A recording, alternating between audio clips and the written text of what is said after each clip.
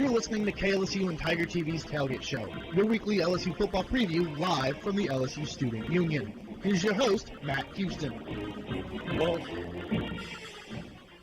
our worst fears were realized last week. Everything that we feared would happen on our show last week came to fruition against the Mississippi State Bulldogs. Good afternoon and welcome to the KLSU Tailgate Show. I'm Matt Houston alongside KLSU's Nick Halaby and Will Eunice. Guys, it was ugly. It started ugly, it ended ugly, and I'm not sure there's any better word to put it. It was a drumming. The Tigers got defeated on the ground. They got defeated through the air. They looked undisciplined. They finally looked like the freshmen that they are. What happened? Start with you, Will Eunice. I was scared, as we said last week on the show, that we might see this defense bend for the first time. And we did, and it wasn't a small bend. It was a break. It was a break, absolutely. There's no small fracture. It was a compound. And, man, tough game. It's depressing. All right, Nick. Yeah, it was the perfect storm of a mess. I mean, the lack of discipline on defense, the youth that was on that defense, the lack of depth at linebacker and defensive line. I mean, it was a catastrophe. I'll accept the kicking game. No missed field goals last week for the first time this season, so there's that. No turnovers either. Yeah.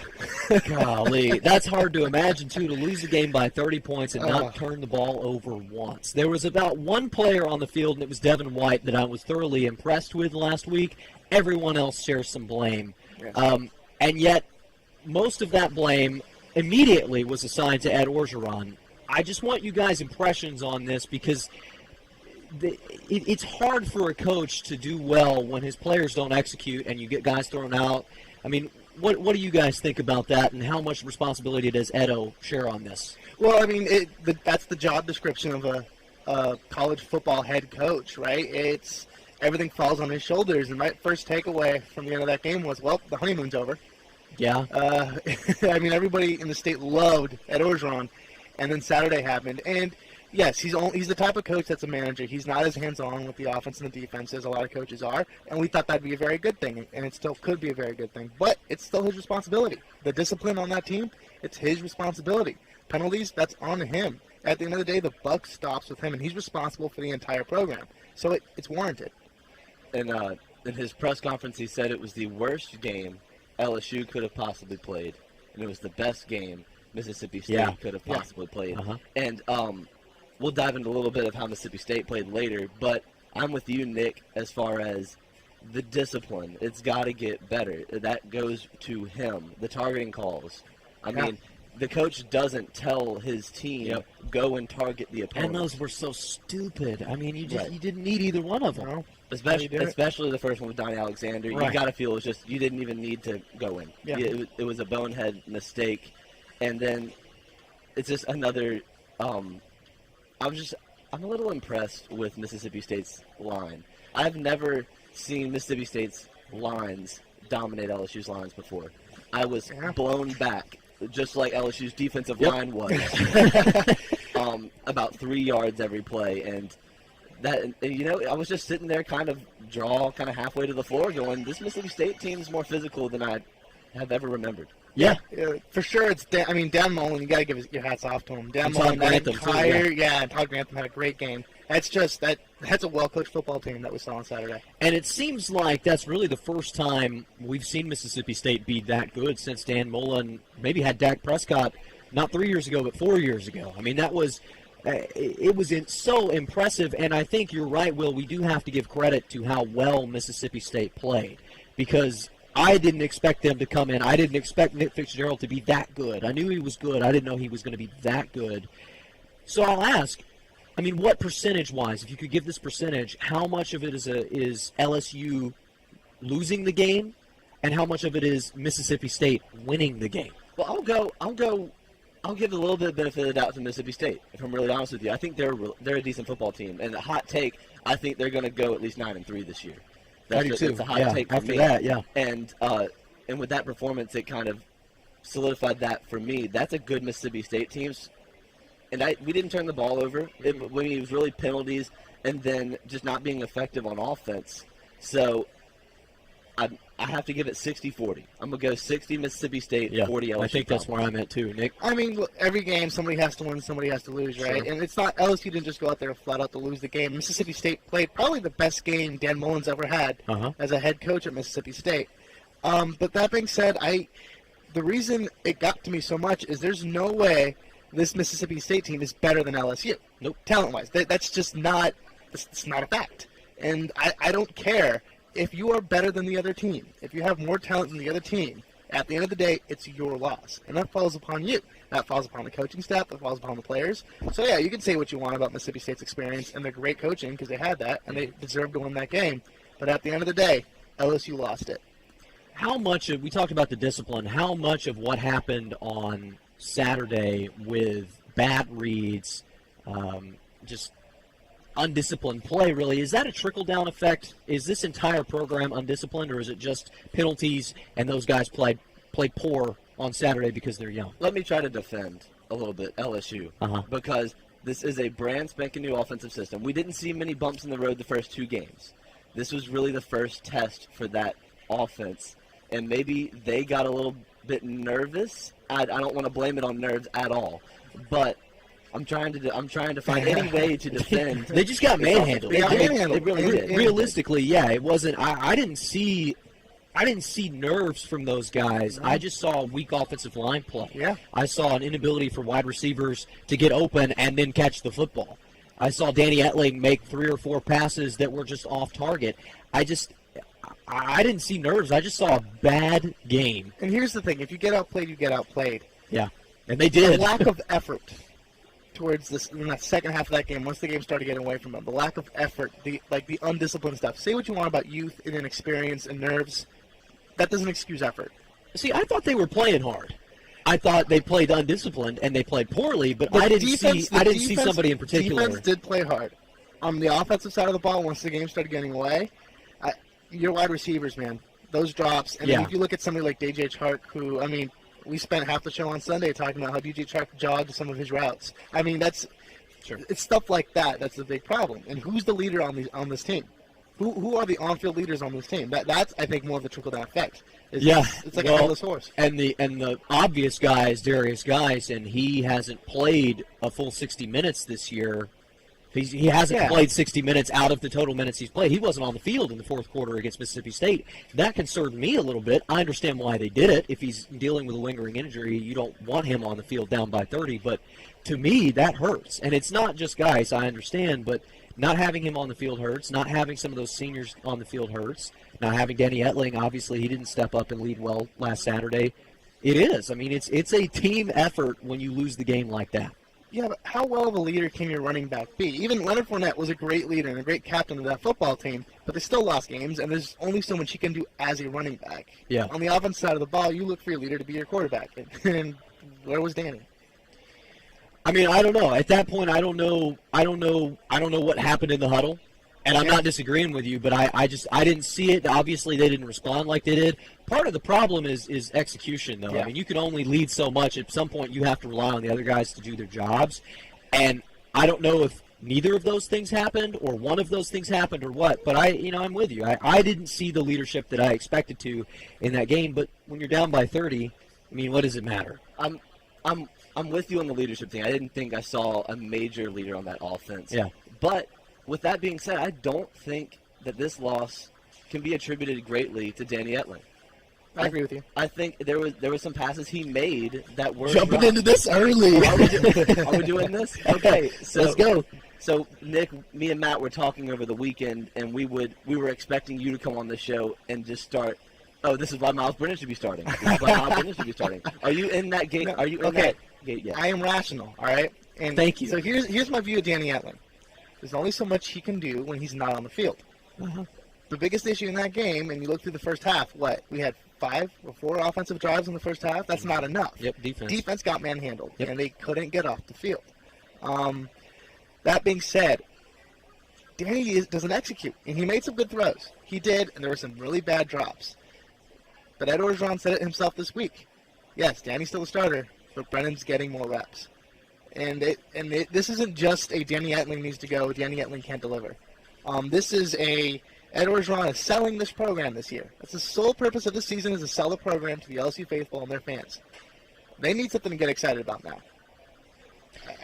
I don't know when it's happening, but don't be surprised in the next month if Miles Brennan's the starting quarterback. We fall into a trap here, especially at Baton Rouge, of instant gratification. Yeah. And that leads to the cyclical and systemic problem at quarterback that the Tigers have had for the last 10 years. It started with Ryan Perilou, then he got in trouble and got kicked off the team.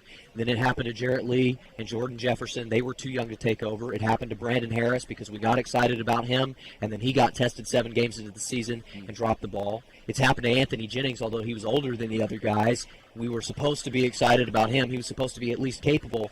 That's what concerns me about Ed Orgeron, and I'm with you. I understand that for the good of the program, if they're trying to sell it, they do need to bring Miles Brennan in at some point. The problem is it's not good for Miles Brennan, and it's not going to win you football games because Miles Brennan can only do so well. Any quarterback can only do so well when he's throwing it from 6 yards behind the start in the pocket when he's running for his life or he's throwing from his back. Any quarterback can only do so well when your receivers aren't catching balls. Any quarterback can only do so well when your defense can't stop anybody. And so my concern here, and there's the argument to be made, well, we can bring Brennan in and let him develop. Well, when has that ever worked for young quarterbacks at LSU? I mean, when have we had guys, save maybe Matt Flynn in the early 2000s, but his offense coordinator was Jimbo Fisher. I mean, save that. I can't think of a quarterback in my lifetime that came in as a freshman and it was better for him in the long run. No, I can't. No, I can't. And I'm excited about Miles Brennan. I just don't want to rush the process. I'll agree with you, but the counter to that is every other aspect of this offense is growing and developing right now. You have a very young and patched together offensive line. Your receiving core has a lot of young talent that, again, is patched together. The only place you have experience is really at running back. And so what good is Danny Etling being in there doing? Because you're right. Miles Brennan isn't going to win you football games right now. Is Danny Etling going to win you football games? Have we seen anything to prove that? But if the point here of this season is truly to sell the program, right? Is that your end goal? Okay, you're right. So the point is, if the point is to sell the program, what is a fifth-year senior limping out going to do for that? Right? Yeah. I understand your point. It's a total double-edged sword. I understand what you're saying. Yeah, there's no right answer to this. I'm not saying whether or not Danny should be replaced. Yeah. I'm just saying I think he will be. And the Tigers, because of their fan base, are in the position where they're more likely to side with the instant gratification people and say, well, we got to win now. And that's part of the problem with the fan base here is they don't understand that this is not really a retooling process. For the first time in almost 10, 15 years, this is a rebuilding process. Yeah. And we want to win now. We want 9 or 10 wins in Orgeron's first year when they're playing 20 true freshmen on Saturday. Yeah, and that's not realistic. I think people have, they have high expectations as usual. Yeah. This whole fan base has high expectations. They always win national championships out of this football team, even when they're blaringly obviously not good enough to get there. But I think especially this year, to expect a national championship out of this team, though they may have the talent on the field, won't happen because, again, I think this program is in a transition year. Yeah. And it could be in transition for a couple years. And I think that if LSU fans maybe grasp that, they can be a little bit more sympathetic toward the program. Good luck. Yeah, you're right. That's the thing is it's not going to happen. And Patrick was upset for me on saying this on Sunday, but LSU fans are, for a lot of parts, delusional. Oh, absolutely. I mean, they're crazy. They're the dumbest people on the planet most of the time. You love them for it because that makes Saturday nights in Death Valley. It's passionate, great. yeah. There's the passion. There's the intensity, and that's amazing. But Ed Orgeron now is going to feel what it's like to have the entire state of Louisiana, governor and all, turn on you. And it isn't fair. And, yes, there needs to be development. We're going to be talking about the problems with Matt Canada and Dave Aranda and Ed Orgeron and what they're doing at quarterback. But you're right. This is a growing process. But this is LSU, and people down here are crazy.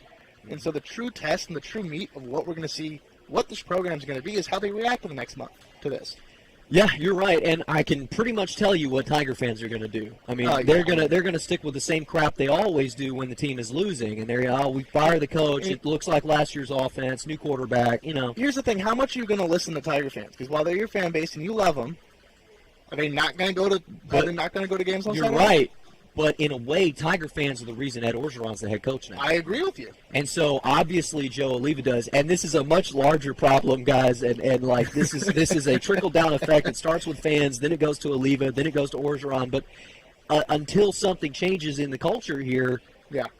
you're going to have to suck for a few years until you can finally get back to where you want to be. And I don't know if the Tiger fans are ready for that. You said this was a bigger problem, so I'm going to get it back to the game. Thank you. You said that maybe some fans think that this offense looks too much like Yeah. Les Miles' offense. I saw a lot of that on Twitter.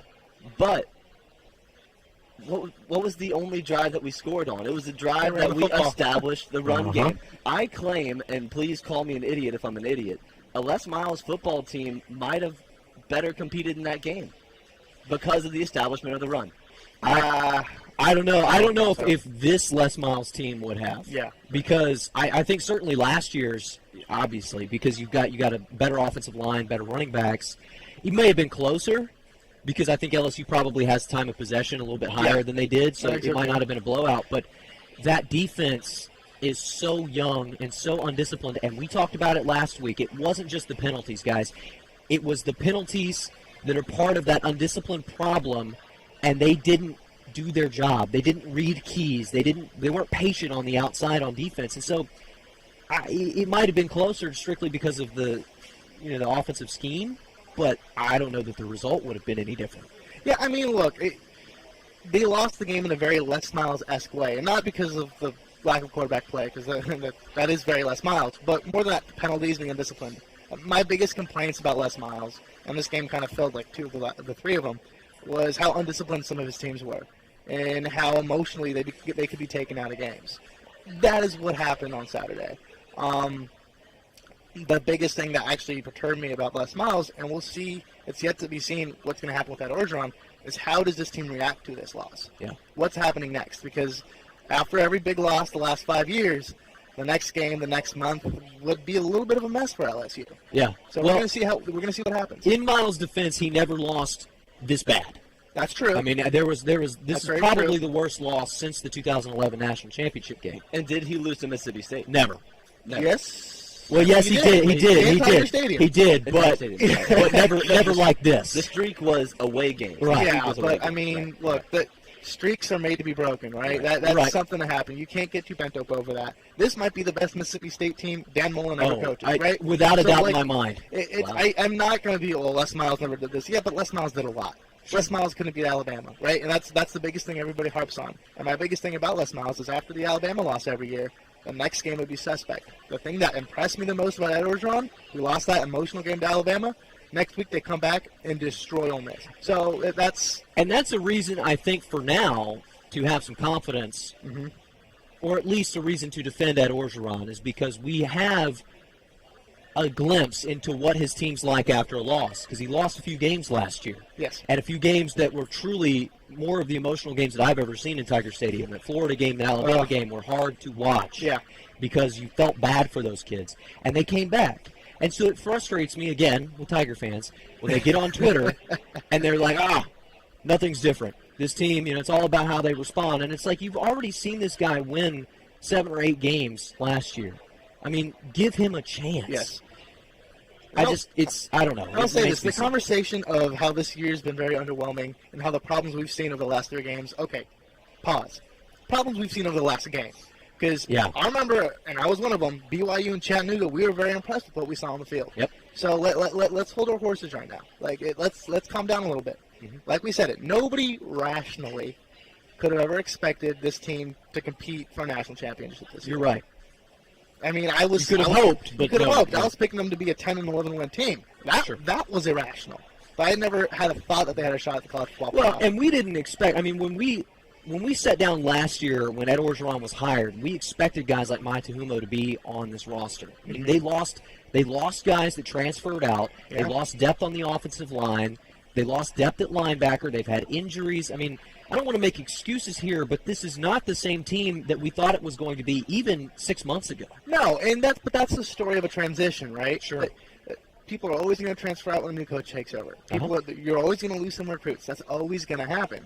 And as much as Urban Meyer will say that it's dumb for coaches to argue that you can't win your first year because it's not your players, first of all these freshmen are Ed Orgeron's players, and Ed Orgeron's been here a second. So that's what happens with transitions. Things like this, these growing pains, is what's supposed to be happening right now. And there is a problem with LSU recruiting that I have fundamentally with it. I feel like LSU recruits too many high-level skill players and they don't go after the big uglies, the O-linemen, the D-linemen, the 5-star guys there. Because Alabama, they win so many games in the trenches that they really don't have to have great quarterback play. They don't have to have great running back play. I'll disagree with you. I'll disagree with you there because Alabama, as bad as this LSU team can be, they can very well drive Alabama to a one-possession game and compete with them in the trenches because LSU gets the big uglies. My biggest issue with recruiting is LSU will never go outside of Louisiana or Texas to get anybody, so they won't go to the West Coast to get a real quarterback. That's my biggest issue with LSU recruiting, is they're amazing blue-chip recruits at every aspect of the field except kicker and quarterback. If you're going to look for an issue, that's, I think, where you should take it a little bit more. I think I disagree with you as well, and it's okay to disagree with you. So, I think I disagree. I don't think this offensive line can touch Alabama. Period. I think they can. No, not in their current this state. offensive line. But LSU typically over the years has had a pretty good offensive line. They always have one guy on that offensive line that's going to be a first or second round draft pick, and then a guy in waiting. Yes. But it seems like, especially the last couple of years, it's not so much the talent, it's the depth. Mm-hmm. I mean, 2 years ago in Fournette's his coming out year, we expected that team to be unbelievable, but they lost guys like Dylan Gordon. They lost J.D. Moore, and I know they're not linemen, but those are some of your key blockers. And so, again, I see that being an issue. Fortunately for Orgeron, I do see kind of a shift where now they're looking at guys. They reeled in Austin Deculus last year. They've got Cardell Thomas, who's a soft recruit right now. Maybe that's going to shift. And that's one of the things Orgeron talked about last year as he was selling himself to the program, is they have to be better at every position than Alabama. And I'll say this, too. The SEC in general has changed. We still think of it as this hard-nosed league because the team that wins is the hard-nosed team. Mm-hmm. But outside of Tuscaloosa, what other team in the SEC can manhandle LSU the way Mississippi State did?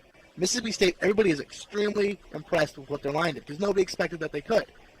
Does Florida have that great of a line? Not really. I mean, generally, Tennessee, no. Texas A&M doesn't play football anymore. So I mean, like, what? Right. So like, if you look around, it's threat level midnight right now. But at the same time, look at the rest of the SEC. It's threat level midnight for the entire conference. Generally, Arkansas is the team that you worry about because they've got the Bielema and Wisconsin thing. But even Arkansas's offensive line is not very good this year. In fact, Arkansas as a whole is not very good this year. So I'm with you. There are definitely.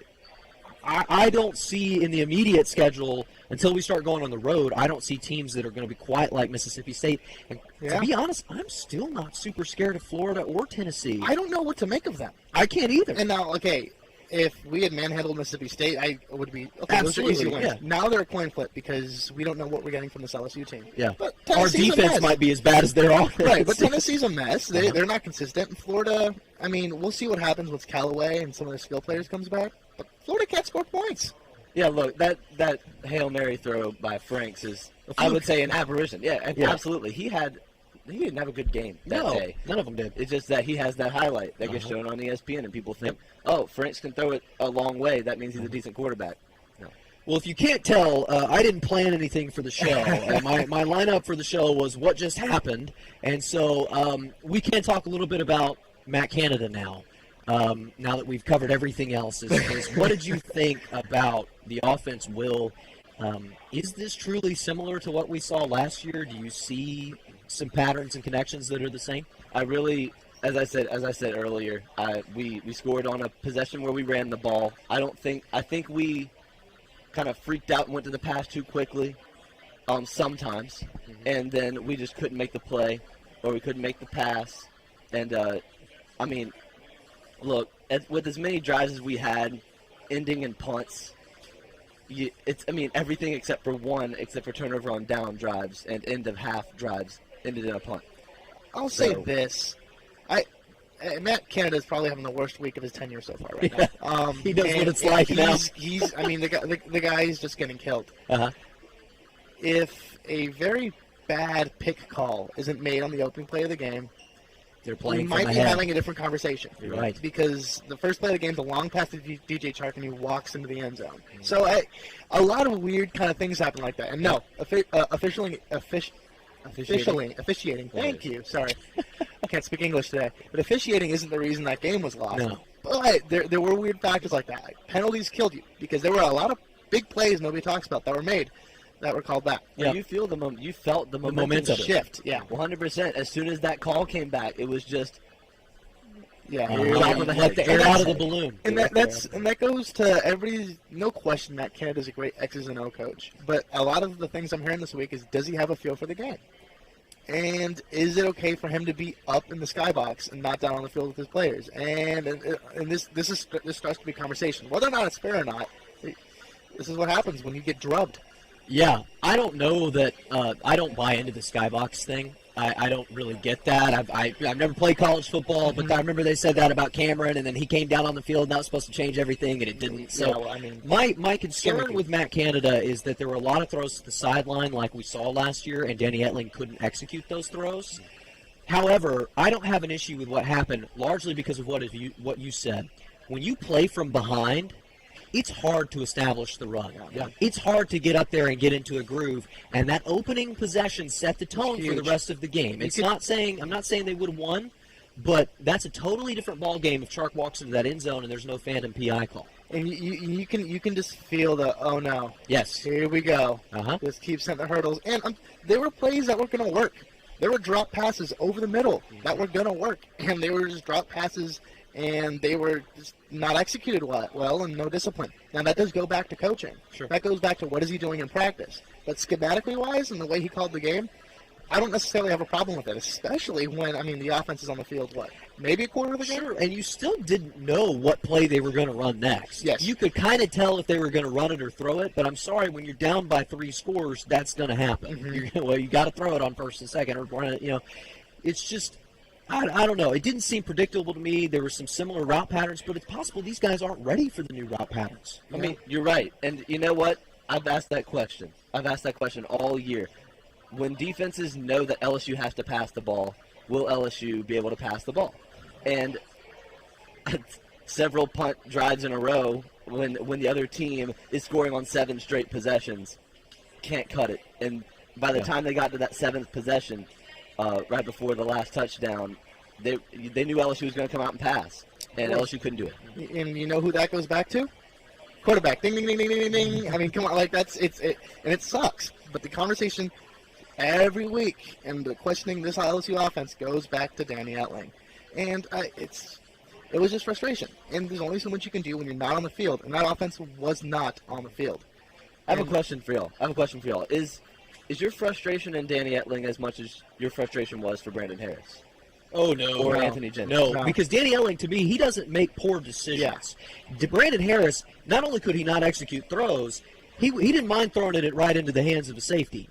Etling's problem, to me, is not so much Etling. While there are usually 3 or 4 throws every game that I think he either shouldn't have made or he could have made better, he doesn't have time in the pocket. Yes, his receivers aren't catching passes, and when you can't establish a run game, you can't run a play action. And that goes to lack of mobility. So sometimes pressure falling down on Brandon Harris would be okay because he could kind of scramble out of the pocket. And the issue with Brandon Harris was much worse because physically, in terms of his ability, he was a better quarterback than Danny Etling, head and shoulders better. The problem with Harris was in his head. And I would always rather have a quarterback who's subpar physically but can make better decisions than throw a bunch of interceptions that kills your games. And it's not that Danny Etling's a statue. It's just they're not running read options with him. Yeah. And I think that's one of the things that Canada, he understands that Etling is not a read quarterback. He's a different quarterback. He's a pocket passer. That would be the only argument that I can actually justify for bringing in Lowell Narcisse or somebody like that as a change of pace, just so that you can give the defense something else. Real quick, because we only have 2 minutes left, what can LSU do to fix against Syracuse, to fix their problems, if anything? They're going to run the football a lot. I think this is Syracuse defense that can't really stop the run that well. Syracuse can score some points, so don't be surprised if Syracuse covers, because LSU's a 3-touchdown favorite. Don't be surprised if it's a 17-1 game, but they're fine. I think they'll be okay. Yeah, I agree with you. I think they'll be fine. I want to see penalties down. Yes. I want to see a disciplined football team that acts like they've lost before. I want to see a composed team that says, yeah, we lost, but we're back, and we're ready to play. So I want to see a team that's better disciplined. And I want to see leaders on this football team. Weeks like this is where your leaders on your football team are born. So let's see if we can get some. We already know they came in and they watched film on Sunday early when they didn't have to. And so we've seen some leadership so far at this point. Real quick, because we've got 1 minute left, Real fast on the picks. LSU or Syracuse? LSU. LSU. Okay, LSU. Mississippi State and Georgia. This is a Mississippi good State, one. man. I'm going Mississippi State, too. Georgia's going to fall into mediocrity like always. Mississippi State. Good call there. Penn State, Iowa. Penn State. Best team in the Big Ten. Penn State. think Shout so? out. Yeah. Penn State. Shout out to Steve Bieneme. All right. All right, Penn State also. Arkansas and A&M, and then one more, and then we're done. The marching bands at halftime. Probably, I'll say A&M, but yeah, A&M, I guess. I don't know. See, Mario wouldn't let me make fun of A&M last year. I'm glad you're okay with this. All right, Arkansas A&M. Yeah, I think Texas A&M just off of raw talent, honestly. I'm going to go Arkansas because I just hate A&M. TCU or Oklahoma State? Oklahoma State. Tyron Johnson masterclass, Oklahoma State. Oklahoma State also. All right, that's it for the KLSU Tailgate Show. For Will Eunice and Nick Halaby, I'm Matt Houston. Thanks for watching and listening. Go Tigers, and we hope for a better result next week.